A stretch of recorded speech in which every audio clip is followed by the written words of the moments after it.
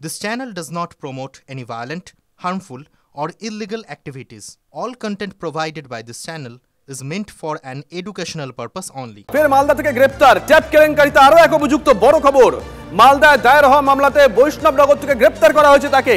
Police সূত্রে দাবি, ধৃত সিরাজুলের অ্যাকাউন্টে গাজলের এক পড়ুয়া ট্যাবের টাকা ঢুকেছিল।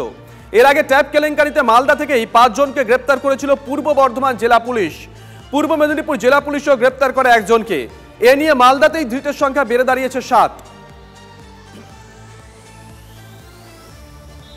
ট্যাব কেলেঙ্কারিতে এপিসেন্টার উত্তর দিনাজপুরের চোপড়া, আর সেই উত্তর দিনাজপুরে এবার পড়ুয়াদের ট্যাবের টাকা উধাও।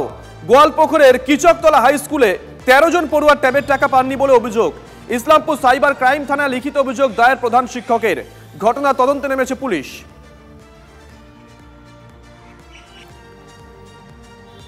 শহর কলকাতায় ফের বিধ্বংসী আগুন। নিমতলা ঘাটের কাছে মহর্ষি দেবেন্দ্র রোডে কাঠের গোলায় ভয়াবহ অগ্নিকাণ্ড। আগুনে ক্ষতিগ্রস্ত আশেপাশের বেশ কয়েকটা বাড়ি, সব হারিয়ে পথে 18টি পরিবার। প্রায় কয়েক কাঠা জায়গা জুড়ে গোডাউন ছিল।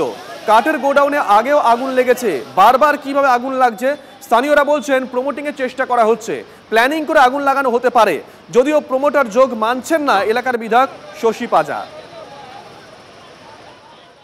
বারবার কেন আগুন লাগছে এটা তো আমার আইডিয়া নেই। শর্ট সার্কিটও হতে পারে বা এটাও হতে পারে কি এটা মানে পুরনো জিনিস লোক প্রমোটিং করার জন্য চেষ্টা করছে, যদি টেনেন্টরা করতে দিচ্ছে না ওইটাও হতে পারে কোনো প্ল্যানিং করে করেছে। পুরনো জায়গা ছিল, প্রমোটিং এর জন্য হয়তো ইচ্ছে করে আগুন লাগানো হতে পারে। না, আমি জানি না এই অভিযোগ। আমরা তো স্থানীয়ভাবে এখানে আছি, আর স্থানীয় মানুষের সঙ্গেও আলোচনা হয়েছে। কাঠের গোদাম, এটা তো কোনো কারোর গোদাম আছে এবং সে অনেক কাঠও রয়েছে এখানে। এই অভিযোগ কিংবা এটা আমাদের কানে আসে। লাইসেন্সবিহীন নেশামুক্তি কেন্দ্রের বিরুদ্ধে বা নড়ে চড়ে বসছে প্রশাসন। প্রশাসনকে বুড়ো আঙুল দেখিয়ে দক্ষিণ দিনাজপুর জেলা জুড়ে ব্যাঙের ছাতার মতো নেশামুক্তি কেন্দ্র গড়ে উঠছে বলে অভিযোগ। সেখানে চিকিৎসা করাতে আসা রোগীদের দেখভাল ঠিকমতো হয় না, এমনকি মারাও যান বহু রোগী। বারবার অভিযোগ জানালেও কোনো পদক্ষেপ হয়নি বলে জানিয়েছেন স্থানীয় বাসিন্দারা। তপনের সালাসে চিকিৎসা করাতে এসে একজনের মৃত্যুর পরে অবশেষে অভিযানে নামতে চলেছে প্রশাসন। এরকম যে বাচ্চা কাচ্চাদের নেশায় আসক্ত হলে এরকম রিহেব সেন্টারে রাখবেন না, যেটা আমাদের ভুল হয়েছে। যে আমরা জানি না রিহেব সেন্টারে আদৌ কি মানে কি হয় ভিতরে, যেহেতু আমরা ছিলাম না। আমার শালাবাবুর মতন যেন বেঘরে জীবন আর না যায়। আমাদের যে হোম কর্তৃপক্ষ আছে এখন ওনার পক্ষে অভিযোগ। তার কারণ হলো কাল থেকে যে আমাদের এই পেশেন্টটা এইভাবে আমরা হ্যাকেল হচ্ছি, তিনার কোনো সহযোগিতা নেই। কাল থেকে তার সহযোগিতা পাইনি, বাট কাল থেকে যে হোম কর্তৃপক্ষ আছে সে পারফরমেন্স সব এইভাবেই চলছি। এই নেশামুক্তি কেন্দ্রের নাম কি? Back to life. আচ্ছা, কতজন আছেন এখন আবাসিক? 35-40 পাই।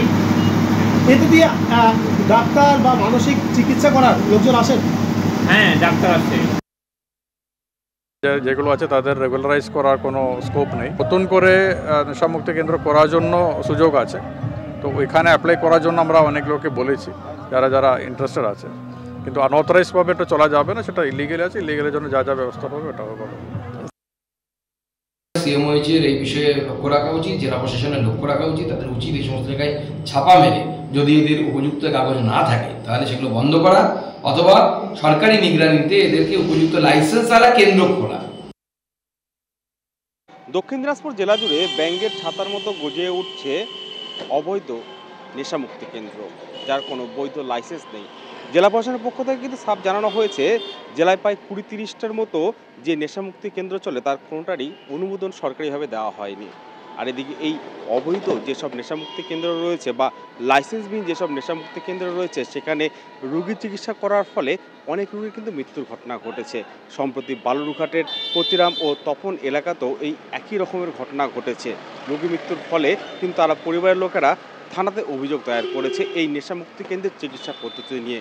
এদিকে জেলা প্রশাসনের পক্ষ থেকে জানানো হচ্ছে খুব দ্রুত তারা এ নিয়ে অভিযান করবেন। পাশাপাশি নেশামুক্তি কেন্দ্র খোলার জন্য সরকারি যে অনুমোদন তাও কিন্তু দেওয়া হবে, সেক্ষেত্রে সঠিক নিয়মে তাদের যেতে হবে। এখন দেখার কবে এই নেশামুক্তির কেন্দ্রগুলি লাইসেন্স যুক্ত হয় বা লাইসেন্সের অনুমোদন পায়। দক্ষিণ দিনাজপুর জেলা থেকে রূপক সরকারের রিপোর্ট, TV9 বাংলা।